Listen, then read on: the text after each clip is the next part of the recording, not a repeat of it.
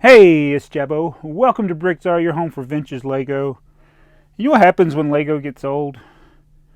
It gets dusty, especially if you had it on display. We haven't even had this one on display that long. They might be bricks. My son, Jacob, he built this 2 or 3 years ago, I guess now. This is one I bought from Andy from Alabama. But it's the Technic Space Shuttle. It came out in 1996. And we're going to be talking about 1996. Or actually, I shouldn't say it came out in 19. It was available in 1996. I actually technically don't know what year it came out. But 1996 was an important year for me. So we're going to be talking a little bit about that. We're going to be reflecting on some of the Lego sets that were there. But what do you do when your Lego gets dirty? Well, unless they got electronics, you can just put them in the bathtub. Did have somebody ask me what was the Lego stuff doing in the bathtub? That's how you wash it. If you want to. There's other ways to wash it. But this one, it does not work properly. He built it. There's some of the mechanisms don't work. It's got fiber optics in the back. The fiber optics worked, I think. I don't think I got batteries in this thing, but some of the mechanical parts of it no longer work. It's got a lot of gears in this. So what I'm going to have to do is I'm going to completely disassemble this. No, disassemble. Yes, disassemble. And build it myself. Not that I am a better builder than TheyMightBeBricks, but this is the only thing I know how to do. We messed around with it for a while. This is a year or two ago when we were trying to get this thing to work, and it didn't work properly. So, but I think it's a pretty neat little set. I mean, obviously it's the old Technic style where there's a lot of exposed stuff. It wouldn't fly today. You know, now they have all those nice elements where they can make things kind of look complete. But this is the old Technic style. The space shuttle. We collect space shuttles, by the way. So 1996. I got a catalog here. This is from the winter of 1996. And 1996 might be an underrated year. I know Bricks on the Dollar, he has a YouTube channel, and they did a thing where they did kind of like a Final Four type thing where you had all these different years and they pitted one year against another and they just kept eliminating it till they got to the final two. And I think their final two included 1996. I think it was 2014 and 1996. And I was like, I thought 1996 was a bad year for Lego, but it's actually a good year for me. And actually it wasn't as bad a year for Lego as I thought. There's a set over here on my shelf. It's the Super Truck. That was in the 1996 catalog. Now, I'm just going by things that are in the catalog. I don't know what year they officially were first released, but yeah, the Space Shuttle is here in the 1996 catalog. And that Super Truck was in here.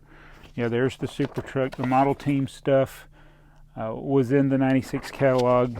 There were some good train accessories. We got the Unitron stuff, which is basically the monorail and a few other sets. So that was key in 1996. We got some good pirate stuff going on in 1996. Now this is about the time I started losing interest in pirates and Castle as well. Actually, this was Castle and Pirates on that page. But there were some good sets. I mean, I'm not going to lie. Oh, you had some good accessories. For the theme. Maybe I should do a walkthrough. Should I do a complete walkthrough for this catalog? Oh, more space shuttle stuff. Multiple space shuttle sets in 1996. Man, so it was actually a pretty good year. Oh man, Century Skyway. Century Skyway was there in 1996. This is such a better year than I thought. Like if you were just going to tell me 1996, I would think more in terms of some of the bad stuff, but there was some good stuff. We got Fort Legorado. So overall, there are a lot of good things from Lego that came out in 1996. And I haven't done a lot of walkthroughs lately for different catalogs. And I can do those with the perspective of where I was at in those years with most of them. Because I am old. And so 1996 was a key year for me. A lot of things happened in 1996.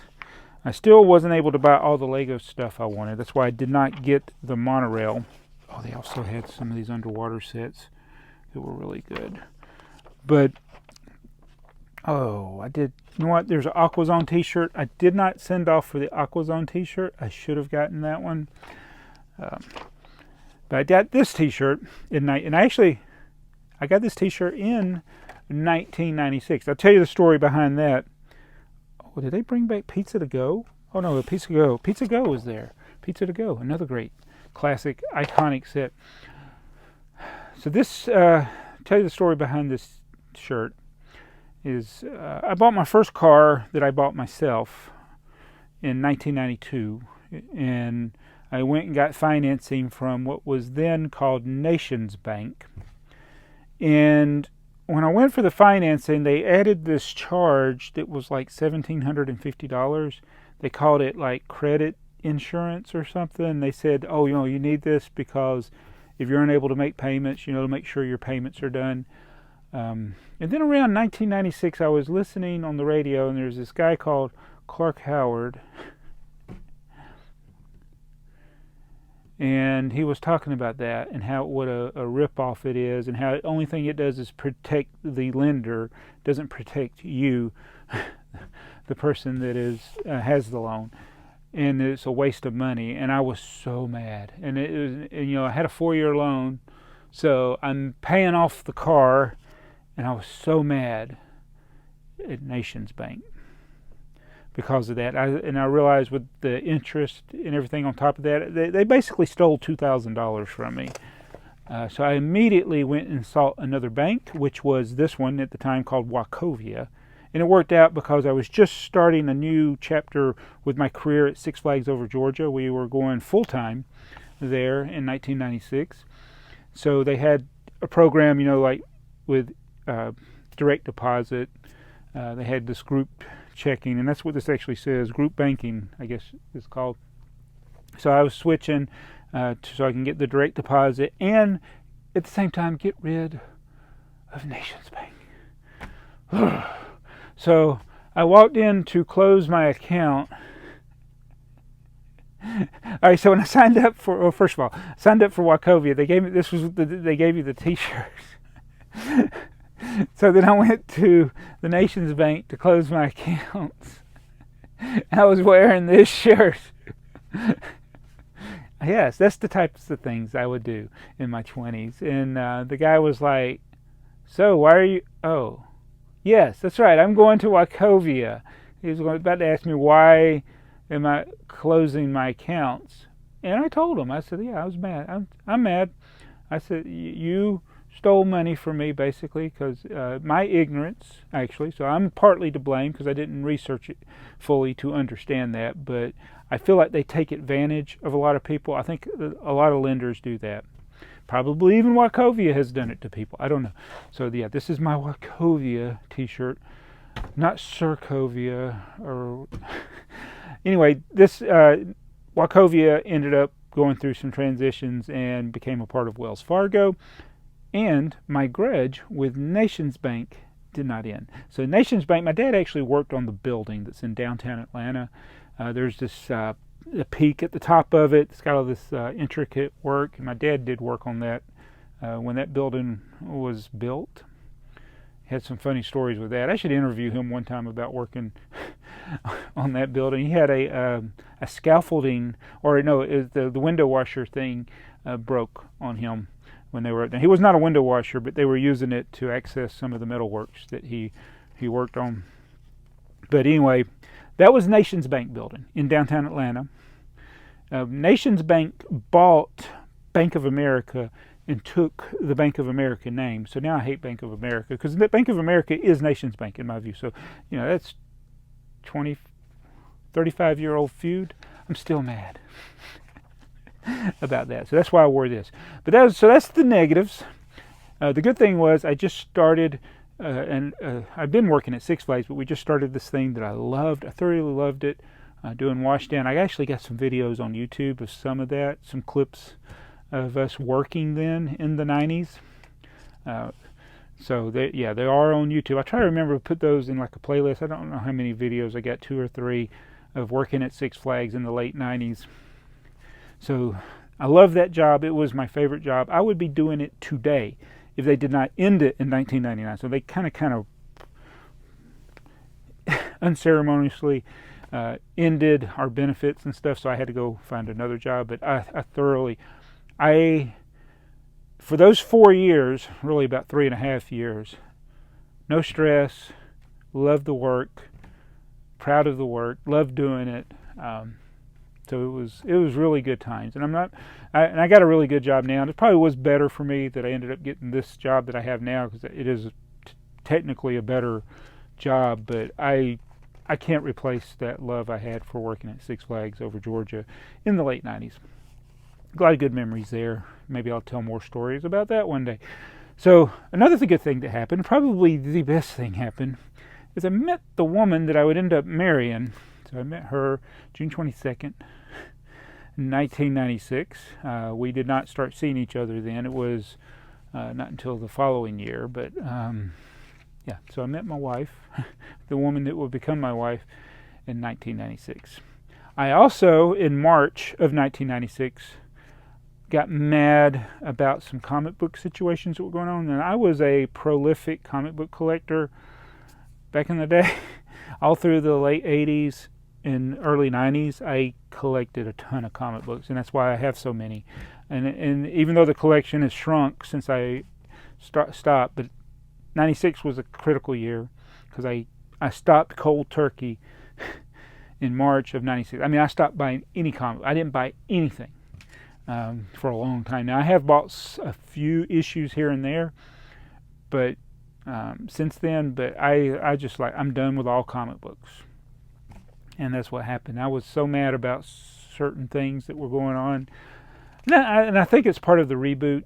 Now it's kind of common now, and I think a lot of people are used to it, is because people age. So Spider-Man started in the 60s. He would be like, what? He was a teenager then, so he'd be like 80 years old now if they progressed the way true chronology went through the ages. So they kind of reboot characters, because it's kind of odd to have a guy that's like a teenager or a college student for 60 years. It doesn't make any sense. So they do reboot comic books, but some of the reboots and some of the things they did, I wasn't happy with, so I kind of lost interest in comic books then. And so that was another thing in 1996. So those are some of the main things, but there were some better Lego sets than I thought. And so as I looked through this, we got Time Cruisers. Is Paradisa still around? Oh my goodness. Paradisa was still going strong in 1996. Actually, a lot of these were new. We had some Octan sets, police stations, but yeah, it's highly underrated. I think 1996 is an underrated year for Lego sets. I'm trying to. So here's some more of the Pirates stuff there, and Time Cruisers on the back. But yeah, if you think I should do more, like go through a walkthrough of these where you can actually see them instead of me just throwing these things up here and glare being everywhere and not being there. I'm just talking about it now, so I'm not really worried about the visuals. You can go if you want to go look at year by year. I mean, BrickTsar is an excellent way to view all the sets that came out in a particular year. Now, it's not going to tell you all the sets that were available in a particular year, because a set may come out in 96, but it may be available for 2 or 3 years. Not so much today, but back in the olden days, things did tend to stay available for a lot longer time. So 96, a good year. We got the space shuttle, a lot of space shuttle sets. Oh, I was so happy to get this. I was disappointed it didn't work. So tell me what you think. Should I do more breakdowns of Lego sets year by year? I can give you a perspective of where I was in my life just about for all of these years, probably from about 1975 up. I could tell you something about that year and how it related to my Lego collecting or something, or my life in general. But anyway, just thought I'd give you a little insight to 1996. It was a pretty good year. A big transitional year for a lot of things with me personally, that actually freed it up. Getting out of comic books in 96 really opened it up for me to collect more Lego, because all that money I was spending more money on comic books than I was on Lego. So cutting that out of my expenses, I was able to focus more. And so I started getting more into the trains then that Lego made. I was starting to phase out. I was still getting all the pirates and all the castle sets, but okay, I guess I was able to buy more when it got on clearance and things like that, because I had more cash available. And then things led to where I am today, where I ended up getting married and having a wife that takes good care of me, despite all my weird habits I have with collecting Lego and other things. Anyway, I hope you enjoyed this little bit of a different video, and I'll be back tomorrow in another t-shirt. I might not ever wear this t-shirt again, although it still feels kind of comfortable after, what, 36 years, 35 years? I can't do math.